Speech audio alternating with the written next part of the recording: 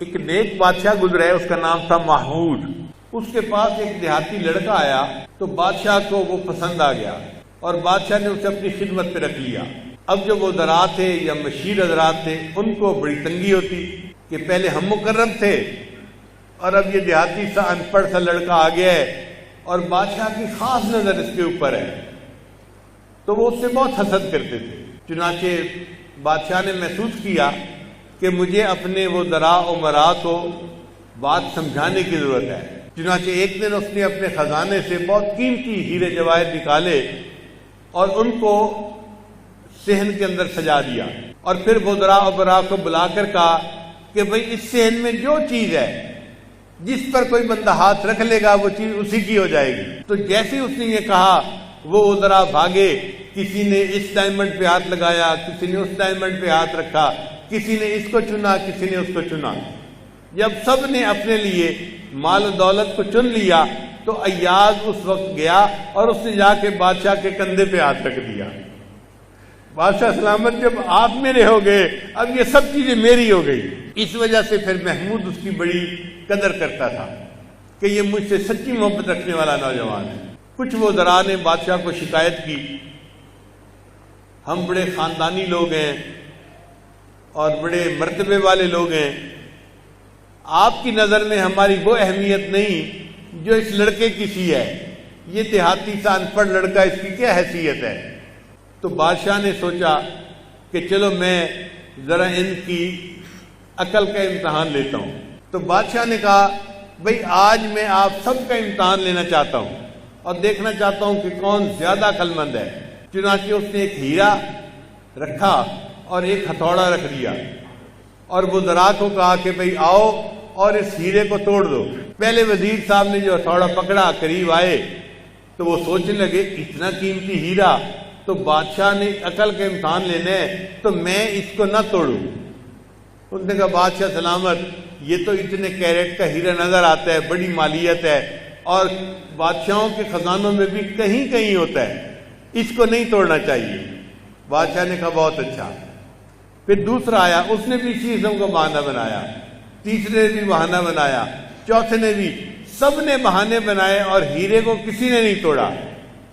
آخر پہ ایاز رہ گیا تو بادشاہ نے اس کو ہتھوڑا پکڑایا اور کہا ایاز اس ہیرے کو توڑ دو۔ جیسے ہی اس نے کہا ایاز نے زور کی ایک ضرب لگائی اور ہیرے کے ٹکڑے کر دیے۔ اب جب ٹکڑے کر دیے تو سب وزراء حیران ہوئے کہ اس سے زیادہ بیوقوف تو کوئی بندہ ہو ہی نہیں سکتا۔ بادشاہ نے پوچھا ایاز تو نے تو ہیرے کو توڑ دیا؟ ایاز نے جواب دیا بادشاہ سلامت، میرے سامنے دو آپشن تھیں، یا تو میں ہیرے کو توڑ دیتا یا میں آپ کے حکم کو توڑ دیتا اور ہیرے کو بچا لیتا۔ میری نظر میں آپ کا حکم اس ہیرے سے کئی گنا زیادہ قیمتی تھا، میں نے حکم کو پورا کر دیا اور معمولی قیمت والے ہیرے کو توڑ کے دکھا دیا۔ بادشاہ نے وزراء کو کہا کہ دیکھو اس کی اس عقل مندی کی وجہ سے مجھے اس سے محبت زیادہ ہے۔ ایک وزیر نے دیکھا کہ ایاز نے ایک پرانی سی الماری رکھی ہوئی ہے اور اس کو تالا لگاتا ہے اور دن رات میں کسی ایک وقت جا کر الماری کھولتا ہے اور اس کو دیکھتا رہتا ہے اور پھر تالا بند کر کے واپس آ جاتا ہے اور یہ چابی وہ کسی کو نہیں دیتا۔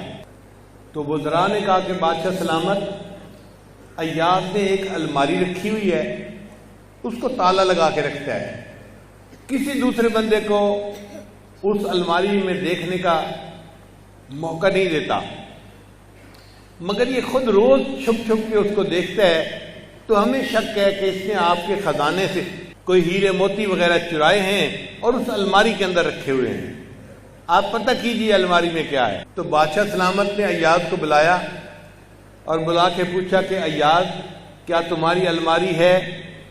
بادشاہ سلامت، میری ایک پرانی سی الماری ہے، تم اسے تالا لگا کے رکھتے ہو؟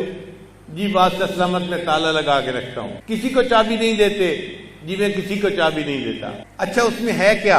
ایاز نے کہا بادشاہ سلامت، یہ چابی آپ لیجئے اور اس میں جو کچھ ہے وہ اٹھوا کے دیکھ لیجئے، آپ کے سامنے آ جائے گا۔ تو بادشاہ نے ایک آدمی کو کہا کہ چابی لے جاؤ اور جو کچھ الماری میں ہے اٹھا کے لاؤ۔ اب وزیر لوگ بڑے خوش ہوئے، آج اس کی چوری پکڑی جائے گی اور یہ بادشاہ کی نظر سے ہمیشہ کے لیے گر جائے گا اور ہماری جان چھوٹ جائے گی۔ جو بندہ چابی لے کر گیا وہ تھوڑی دیر کے بعد وہاں سے 3 چیزیں لے کے آیا. ایک پرانے جوتے تھے اور تہبند تھی اور کرتا تھا. تو بادشاہ دیکھ کر حیران ہو گیا کہ پرانے کپڑے رکھے ہوئے ہیں، پرانا جوتا رکھا ہوا ہے.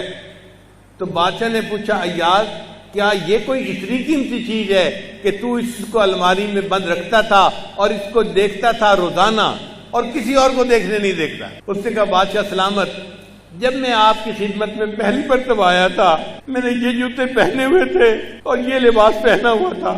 جب یہ پرانے ہو گئے تو میں نے ان کو الماری میں بند کر کے رکھ دیا. اب میں نے تالا لگایا ہوا ہے.